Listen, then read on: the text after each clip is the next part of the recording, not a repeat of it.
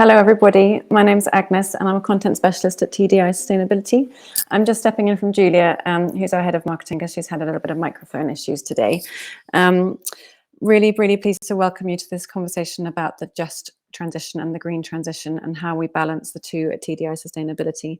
I just want to make sure before we get started, and I'll bring Ashton in to talk, that the tech is working beautifully. So would it be all right if you just drop a little message in the comments just to say where you're signing in from, and make sure that we can then make sure that everybody's on all right. I think sometimes you might need to refresh the browser if it's not showing up. I'm just going to check with my teammate on the side who's just helping out, making sure that we've got it all right, that it's all logged on okay.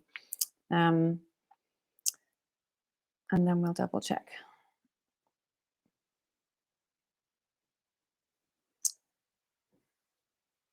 We're just sorry. Thanks very much for bearing with us. We're just double checking the tech is absolutely working, because last time we just wanted to make sure everyone's live with it. I think we'll be there in just a second. Lovely bit of, oh great, look, wonderful, thank you. Now they're all popping up the comments. That's really exciting. So we've got people from London, Madrid, International Lithium Association, hi Roland, Minneapolis and Maryland. That's wonderful, thank you. That's really helpful. Great. So we know you're there, and you can get started. I'm going to ask one more bit. Amy, if you could just make a message on the bottom to tell people to refresh their browser if they need to. Thank you. Really appreciate your patience. Sri Lanka, oh my goodness, that's really exciting. Great. Okay, well, I'll just introduce the topic for a second. So we wanted to bring this conversation together about how we balance the just transition with the green transition, because it's obviously something that affects so many different industries in different ways. And it's a really good, broad, overarching topic to introduce some of the ways that we're able to support companies at different levels. Everybody's talking about the green transition and also the important role it will play in building a sustainable future. And collectively, we have invested a lot of hope into this project for a cleaner, greener, more just economy. But as beguiling as the headlines can be, it's not always as simple as that. There is no easily discernible target that we all have to muster our resources to achieve. There's no silver bullet to make it all work overnight. And this is partly because the idea of sustainability, although intuitive for many from a particular perspective, is a kind of suitcase concept. You have to unpack the suitcase of the word, which has got so many layers to it, to understand its significance. This one word of sustainability encompasses issues and topics as broad as human and indigenous people's rights, and deforestation, biodiversity conservation and protection of protected areas, labor rights, children's rights, forced labor, corruption and governance, the circular economy, inclusion and digital inclusion, and so on. Most of these are not new topics, and there has been a lot discussed, debated, and delivered to address related challenges for many years. And for us, especially as we work with business, the word sustainability also includes the concept of being sustainable, as in being able to be sustained, because without businesses thriving and providing ongoing value for communities as well as for their employees, there's no point really in the whole exercise. So it's this lovely balance of trying to create a sustainable planet alongside sustainable and thriving economic growth, or whatever growth turns out to mean for us all. As we all know, these many nuances contained within the suitcase of sustainability means there are very often trade-offs between these different topics. And producing raw materials, manufacturing for goods, and creating wealth and livelihoods nearly always has some downside for nature, if not very carefully managed, at least in the short term. At worst, competing goals conflict, and if the conflict with great force, then the harm can be if you're accelerating one agenda rather another, it can create great harm. The recent urgency around the energy transition, which was boosted by several political awakenings in recent years, like the Green Deal in Europe and Biden's administration in the US, has put considerable pressure on business to respond. And we see a lot of excitement in this area, and often a lot of fear in the companies that we're working with. Institutions are working on regulation, companies are trying to get ahead or at least keep up. And TDI sustainability is in a privileged position, nonetheless a position of great responsibility, because we've been in this space for a long time, in preparing ourselves and our clients for this leap. So in short, today we're going to explore how we at TDI look to help our clients balance these conflicting dimensions of sustainability to facilitate progress ultimately and to accelerate the energy transition. So I'm just going to introduce Ashton, and we'll be able to talk the conversation through with him today. Hi, Ashton. Hi there, Agnes. So, Ashton, perhaps you could just introduce yourself. Obviously, you're our CEO at TDI, and you've been working in the field of sustainability for 30 years. Just a quick introduction for everyone who's here before we go into the conversation. Yes, of course. So I'm Ashton Carter. So I'm the CEO of TDI and also of an NGO and impact facility, an NGO and impact investing platform called the Impact Facility. And yes, as Agnes said, I've been working in this for about just shy of 30 years now. And so based on those 30 years experience in the field, what's the best way, would you say, to start thinking about this strengthening interest in the green transition and the apparent competing issues I have referenced in my opening remarks? How can business frame their thinking on being part of this environmental movement and balance it with the human rights responsibilities? How should we be thinking about this apparent complexity? Great, yes, and yeah, for sure we're experiencing quite a bit of turbulence at the moment. So yes, I'll share what kind of gets me through the day and how I think about this, and what I've kind of learned from many of our clients also helps them and why they work with us.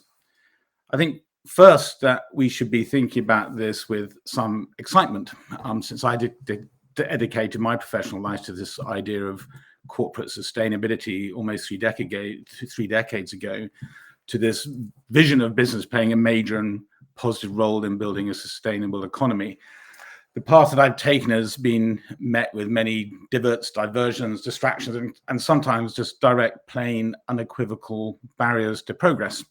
And I don't know about you all, but many of my friends during this during this journey, have asked me very often, why didn't you choose something which is more likely to succeed? But now corporate sustainability is cool. Green is a new back. People want to work in corporate sustainability, and the companies win all kinds of awards for their CSR efforts. Most of our team are under 30 at TDI, and we get remarkably well qualified and smart applicants for jobs, and people who have the choice to go and succeed in many fields, but they choose this one. C-suites are listening. So many companies now have chief sustainability officers, and their voice is heard. So sustainability is a CEO's thing too. So it seems to me that now we're on the right trajectory, and we should be happy about and optimistic then about the future. And this is good news for sustainability and risk managers we work with, as they now have more room to maneuver than they've ever had before, in my experience. There is the opportunity to put sustainability alongside key products and service offerings and discussions at the board and make a virtue of it, and not have it to remain as a compliance problem only. So I think optimism and excitement is something we should certainly be using as one of the tools in our psychological toolbox, if you want. At the same time, with this optimistic outlook, we should also think about all of this with cool-headed pragmatism. We've got some tough choices ahead, and we shouldn't shy from those. We're just not going to be able to satisfy everyone and achieve every sustainability goal in this green transition that we aspire to. And this is because there is nearly always a trade-off, an inherent trade-off. We can't have more renewable energy generation unless we put solar panels on farmland or in wilderness areas. We can't have electrical vehicles and batteries unless we have more minerals and metals. And by the way, these aren't going to come from recycled sources anytime soon.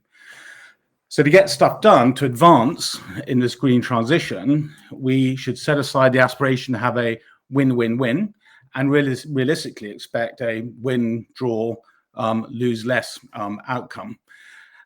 And this isn't because I'm cynical. I'm not at all. I'm very optimistic. Things are getting better. But this is because sustainability at its most fundamental nature is an ethical issue. And by that, I mean it's an issue of taking choices about the balance we want between wealth creation, retention, in the classic economic sense of that word, and the things that come with that, urbanization, consumerism, and so on. So our job is to reduce as much as possible those trade-offs through adjusting the system, internalizing externalities, inventing new business models, but not preventing trade-offs, but not pretending trade-offs aren't there at all. So our job is to put in place a more equitable decision-making process that we can account for the costs and benefits of our plans and our actions. And I think that's the most critical task in sustainability work, is to define, based on ethical criteria or sustainability criteria, the development objectives. Once we define those, what we're heading for, then we can look at the metrics and the key indicators. So with all our clients, that's really how we start. Whether those are government agencies or whether they're businesses or supply chain initiatives, we always begin with coming to agreement on the vision for sustainability for that particular project. Yes. So let's explore that idea of trade-offs a bit more, because I think it's one of those things that sits uncomfortably. We all want a perfect solution, a kind of perfect vision of it all. And I know we're not able to talk about many of our clients, but could you perhaps share some concrete examples of how trade-offs manifest and how they can be managed? Perhaps a project that TDI has been involved in that we can talk about. Yes, and I haven't drawn up a typology for this, but I think there are probably different categories that we can kind of mention a few of. I think the first one is a temporal trade-off, so time-based trade-off. So if I take, for example, the work we did earlier this year with the city of Malmo in Sweden, rather, not in Swindon. Swindon has its own agenda. Yes, when Malmo comes to Swindon, we'll rejoice. So with the city of Malmo in Sweden, we did a piece of research and a strategy there to put in place a long-term path towards transitioning their transport fleet to electrical vehicles. And in the face of it, this is an ideal strategy because it's a win-win at every level. But when you look deeply at an ambition like that, and you look at the system which supports it, in this case the supply chain, you see that there are some very many trade-offs, at least in the short term. And here, as part of what we did for Malmo, was point out that in the short term, the greenhouse gas emissions from developing EVs is higher than a conventional an ICE vehicle. But in the longer term, that will be neutralized because of the grid in Sweden is, I think, about 80% renewables. But we need to look at the whole system. We need to look at the whole product, look up the supply chain, and look at the LCA data to understand that completely. And that's really our goal at TDI, is to give our clients the complete picture so they can make the right decisions for them. So there's a temporal trade-off, if you want. I think another trade-off to watch is the just transition out. So an example there is that we've been working for many years with a standard setting organization called Equitable Origin. And Equitable Origin has set up a system to certify oil and gas. And of course, oil and gas is not fashionable at all. And we are all looking to see how we can reduce our reliance on oil and gas. But we shouldn't mistake that for meaning that there shouldn't be initiatives to address some of the risks associated with oil and gas. So we're not saying when we support Equitable Origin in their work that fossil fuels should persist into the future, but rather saying that while Equitable Origin, while oil and gas is still needed during this transition, there's also a moral obligation to make sure that that is produced and transported fairly and sustainably as much as possible too. And so I guess one message there is that, we should be having bold conversations about the parts of our economy that we need to stick with in the short term, and not ignoring those and making sure we're also protecting those. And, some of the lessons we've learned from the past is that when in a rush to meet one goal, such as a green goal, we then can cause another problem. And of course, if we look at the coal industry, many people are still employed by the coal industry. We have to make sure that that transition takes care of those people as well. So that's a transition out. The thing that I want to look at is the just transition in, and that is, generally we're getting smarter and smarter, and technology is amazingly moving things forward.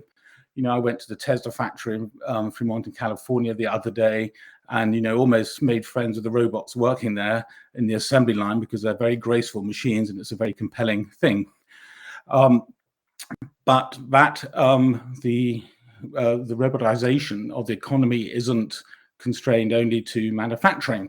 Take the gold mine in the DRC. That is 100% fully automated. And by that I mean there are no truck drivers or manual workers on the gold pit there, but people in a control tower with joysticks moving equipment around the territory of the mine. So the benefits of that is that it reduces the possibility of accidents of the mine. Mining is a very dangerous occupation. It's very difficult to have a casualty-free mine, even at the most modern, well-run sites. So that is a very laudable thing.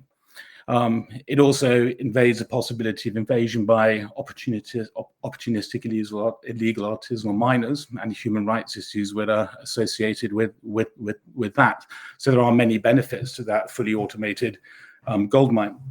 However, if you look at it from a different perspective, with the DRC, the promise of mining in that resource-rich country is that the mining can bring many well-paid and dignified jobs.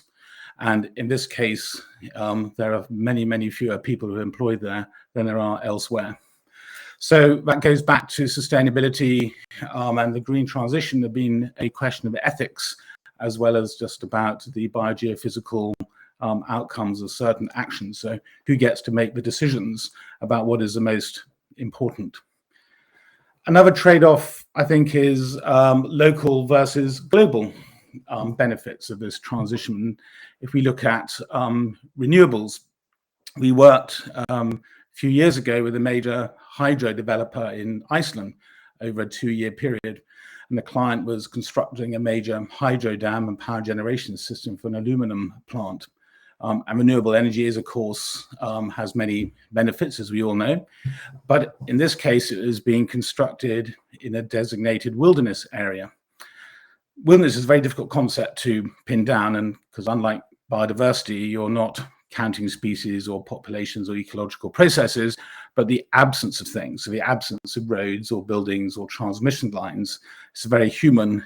It's a social construct, and this is the same with many cultural heritage aspects and issues as well, as we develop in places where we haven't developed before. So there's an evident trade-off here of the economic opportunity, which is a plus, of the hydro and aluminum plant there in Iceland, using low carbon power. That's a plus. But then also there is disruption permanently of a wilderness area that had taken many decades for environmental activists and defenders to have designated in the first place. So who gets to decide? This is the ethical problem I think we are going to be facing continuously in the green transition. And our clients, whether they're government agencies or businesses, we need to be cognizant of these and not shy away from discussing them. And we see these trade-offs over and over again in many projects we're working on, whether that's in the solar power value chains, with supply chains starting in China, with deep sea minerals that supply EVs and wind turbines, the raw materials for bioplastics competing with food consumption, natural fibers and relationship with animal welfare versus the artificial fibers and microplastics, and so on. But again, we shouldn't be daunted by it. I'm optimistic. I think I come from the kind of cornucopian school of technical advances, and so I think we can find solutions to all of these. But that starts with being aware of them and having the conversation. And when we're talking about trade-offs, we're seeing a lot of discussion around engaging versus disengaging from supply chains. And obviously supply chains are kind of integral to all of our, of our daily life, really. What are your thoughts on that? Yes, and the supply chain, and everybody is very aware, acutely aware of how globalization has been challenged with the Russia-Ukraine war, and the resiliency of supply chains has been kind of brought into question. And so we know how important these are. And I think we had two kind of forces which are happening at the same time, which is interesting for sustainability professionals. One is that there is a scramble for new resources and new minerals and metals and other materials for the green transition.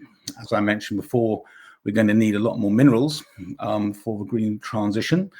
The World Bank says probably 400% of some critical minerals, like nickel, for example.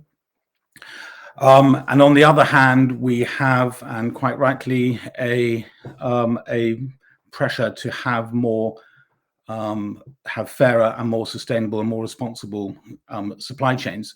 So, which normally takes kind of longer. So we have a rush to get more materials, but also we have a very kind of strong imperative to make sure those materials are responsibly sourced. So can we do those at the same time? The force to have more responsible supply chains is backed up strongly by due diligence regulations coming in many parts of the world, from the EU to the US, Australia, Canada, UK, and many other countries as well. And the temptation in an era when reputation is everything is to disengage from supply chains if there is a perceived risk there of human rights or environmental degradation, but it's going to get the attention of rights groups who will then target companies.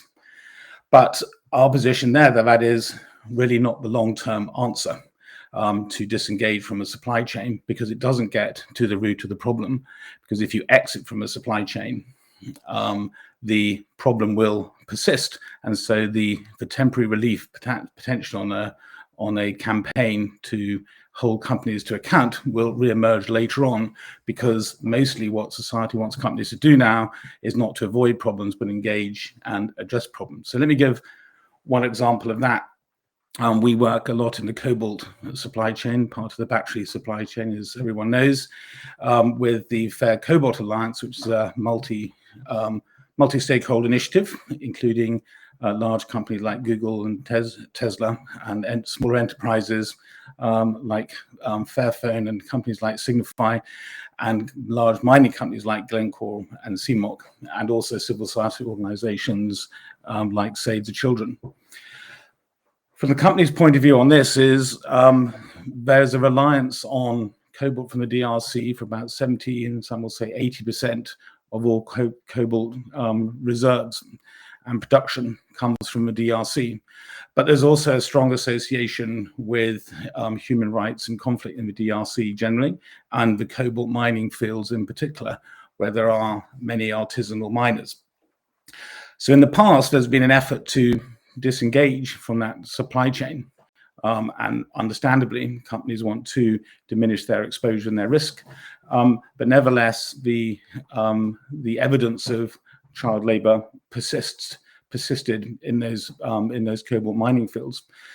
So really, the opportunity there is to, rather than disengage, is to engage and create a virtue out of being part of addressing that problem in the first place. And so what the Fair Cobalt Alliance is doing is bringing together the resources of those downstream companies, those and also the upstream companies, and as a force saying to the world, we're actually going to not just step to one side and ignore this is happening, but we're actually going to take a leap of faith here and try and do something to sort it out. And we're beginning to make progress. And I think that in the longer term is going to address not only the risks that those communities are facing, but also bolster the reputation of the companies, because they're seen to be taking action. And so that's what we work on a lot with our clients at all different, whether they're governments or whether they're companies, is figuring out how they can be part of the solution and then get benefit from and recognition for being part of that sustainable future.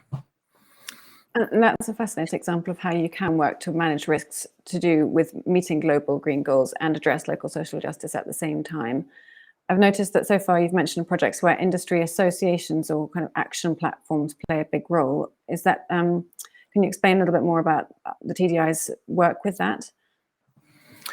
Yes, and I think this comes also from a realization, I think, over the last decade that businesses, although they are by nature competitive entities, for these global development issues and environmental issues, there should be a non-competitive space where they can act, because we need collective action. We need collective action because however big a company might be, they are minnows when compared to some of these very big issues. And so coming together is massively important.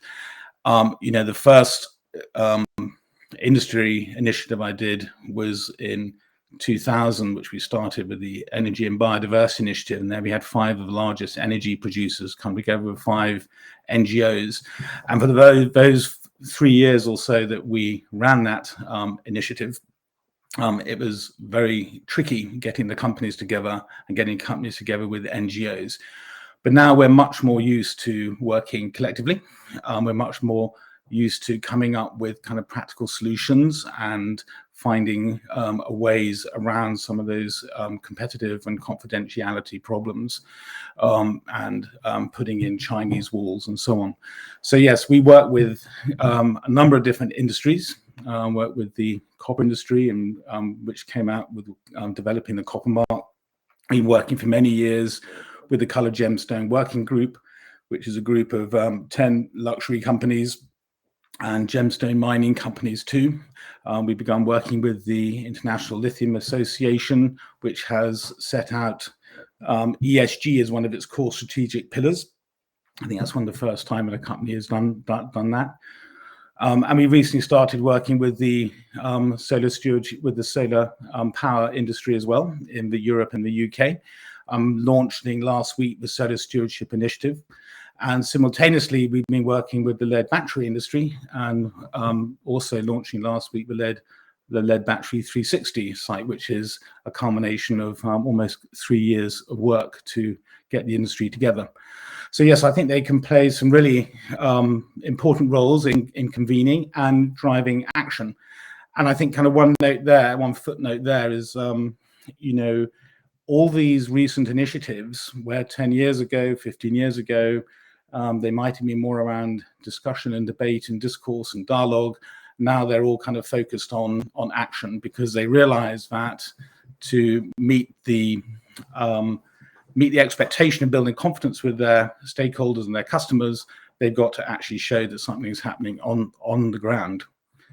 So quickly, with the Solar Stewardship Initiative, this is an industry that has actually is born out of the need to achieve a global good through having an alternative to fossil fuels, and has been working on sustainability for really the last 5 years.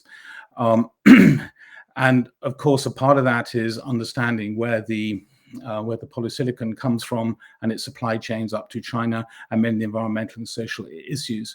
So they have managed to get together 50 or so organizations to actually put in place and start to pilot a system to drive supply chain sustainability and standards as well. So that is a great initiative. And likewise with the lead battery 360, again, several activities there, not only working on their own responsibility of their corporate responsibility of the companies in the supply chain, but also addressing and taking and contributing to some of the informal practices of recycling in countries in West Africa and South America as well. So showing a much kind of broadened responsibility for issues by and through collective action. So I think these should be applauded. And at TDI, we're very happy to be working with them all and supporting how we can. And in terms of the issues that are currently the kind of most emergent, on which the green transition needs to really be considering carefully at the moment, we've learned a lot about circularity and GHGs and climate action and so on. But are there any other issues that you think we should be watching that are kind of hot at the moment that people should be knowing about? Yes, thanks, thanks, Angus. I think there are. I mean, as you pointed out in your early remarks, the suitcase of sustainability seems to be bottomless in terms of how many issues there are, and that's partly a question of where do we set the boundaries, who's responsible for what. But one which is particularly close to my heart because I've been studying it, I guess, since I started, which has taken on more importance just recently, is Indigenous people's rights, and in particular free, prior, informed consent. Indigenous people's rights, I think, have become more important, certainly with the most recent COP, because there's the link now between climate change, biodiversity protection in protected areas, and the rights that Indigenous peoples have for the stewardship of those, and their rights, because it is their sovereign territory, has kind of thrown it into sharp relief. We're seeing in many parts of the world, in North America and Canada in particular, but also US and Australia, the recognition now of Indigenous peoples as sovereigns in certain areas, in their areas. And this has become increasingly important. And the notion of the right of free, prior, informed consent is being enshrined in operational standards for industries, as well as in international conventions for. Can you explain just what that means a little bit more, just to define free, prior, informed consent for us? Yeah, so free, prior, informed consent, I mean, I guess one thing that it's not is it's not just good community relations. So free, prior, informed consent is a right. So it is a right which has been conferred by international conventions, the UN conventions, and the signatures to those conventions, governments who sign on to those, are to protect Indigenous people's rights. So it's a right. It's also a process. So it's a continual dialogue between the parties who, and in this case, we're talking really, I think, mostly about developers. And also, it is the right to give or withhold consent for a project to go ahead on Indigenous people's land. And so this is a very difficult concept for companies to get their heads around, and downstream companies or investors to understand if it's actually been enacted or not, because it doesn't rely just on the company itself doing something. It relies on a co-development of this process that I talked about. And so it's less control to the developer, to the business, and a process where you have to share control and share the power for a process, and in most cases led by the Indigenous peoples groups themselves. So to help decipher what this means, a lot of what TDI does is to kind of build tools, and so we have built with EO, the FPIC 360 tool, which is an online tool to actually implement free, prior, informed consent, and to understand, if you're a downstream company or an investor, whether free, prior, informed consent and the process of it is actually being followed at a particular project. Okay. EO being equitable origin, who we were talking about before. Yes, sorry, equitable origin. That's fine. And so we've talked a little bit about the kind of the way that associations can help companies come together and kind of join strength in numbers. What about individual companies and how they can contribute? What can individual companies be doing on their own, off their own back? Yeah, no, that's a great question. And, I think that all businesses have a part to play, but they are different businesses. So some of the companies we work with are well-established, mature businesses who have a history of 50 or even 100 years. And so they exist in classical business models. And especially those ones which are large, I think there's a very clear role there that they can lead the way, and their heft in the marketplace can have significant impact, even if there are constraints in their business models. For some of the smaller companies, and we've been working for many years now with a very bold company, small company called Fairphone, and Fairphone is, as it sounds, a company that sells Fairphones. And they not only look at their sourcing, which is something that large electronics companies can do, but they also look at their business model as well. And so they've created a modular phone, which increases the ability for them to recycle and build a circular business model. But also what they do is, because they're nimbler and they have a higher risk threshold, they're also able to do things that some larger companies might not be able to do, and be pioneers and lead the way and create a following as well. So I think, large companies can finesse and have heft and finesse their business models to make sure they're more aligned with sustainability goals. And the smaller, more nimble companies can create new business models and take risks, some of those larger ones. But we need all of those companies in this very dynamic situation in which we find ourselves. And I imagine that in a way, the smaller companies help to kind of nip at the heels of the larger companies and show what's possible, and create a little bit of change along the and as a kind of whole spectrum as well. Yeah, and I think it's remarkable to see the number of startups in the last 5 years. We've begun working with a very innovative company called Sono Motors in Germany, who have incorporated solar energy into their cars, as one example. But along supply chains, there are many companies who are making parts and really kind of technical solutions. But that's all driven by the larger companies, which see that they have to demonstrate their credentials. So I think there's an ecosystem building up now, which is a virtuous circle of corporate sustainability. And who are you talking to in your conversations? Do you find that generally it's sort of you're working with in-house sustainability professionals, or are you talking to the CEOs? Who's kind of making these decisions at the moment within the companies? Yes, I mean, I think it's sort of a truism that if you want change to happen, it has to include the C-suite. But as I mentioned in my opening response to your first question, the atmosphere has changed, and I think it's allowed the sustainability champions really to grow in prominence.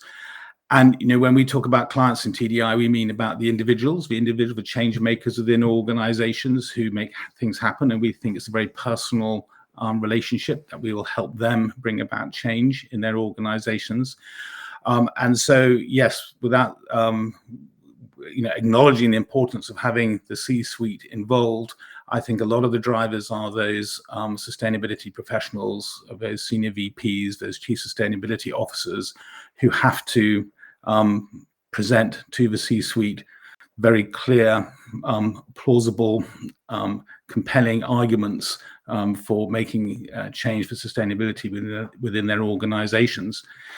And there's only, in the end of the day, businesses are there to create value for all their stakeholders, including their shareholders, which means they need to make profits and focus on their core products or services.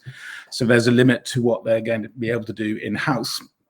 And so increasingly what we're seeing is partnerships being forged with technical organizations like ours, and collaborations with other businesses, as I mentioned earlier, in those multi-stakeholder initiative. Thank you. Is there anything that you feel that generally people should be, from these organizations, having on their radar for the next patch time? Anything else that you'd like to add that you feel is sort of relevant to the people who'll be watching? Well, I mean, a few things that we're focusing more on now, or are bringing into our offering, is on the marketing side as well, because especially if you're a consumer-facing or a brand company, I think there's an important role there, an aspirational role, because your brands might be aspirational, and so to co-join your brand with sustainability objectives can make a big shift in the storytelling. So I think that's really important. And there's a compelling commercial reason for that as well, and this perhaps is a win-win, because so much of a company's value now is in its intangibles, such as the marketing. So I think there's a real opportunity there for companies to benefit from and be a genuine part of raising aspirations for more sustainable economies. We've had so much in the news about greenwashing lately, and I think it's become a topic that I see certainly on LinkedIn every day. So I imagine that that's a concern for clients, to make sure that they are getting the messaging across well, and it's not got the potential to be considered greenwashing, and that actually there's sort of really fact-based communications going on and helping to convey the messaging effectively. Yeah.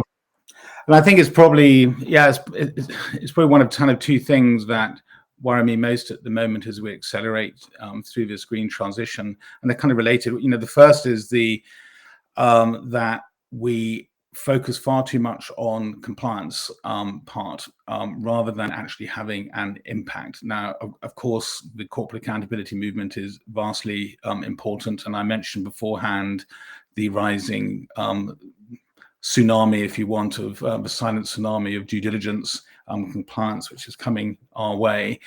But we don't want to lose sight of what are the actual sustainable development goals as well, and they're not always the same thing. And so we have to shift what I think from ESG compliance to SDG impact. And to do that, yes, companies need to adjust, but also we need to build a forgiving ecosystem where they're rewarded for doing so.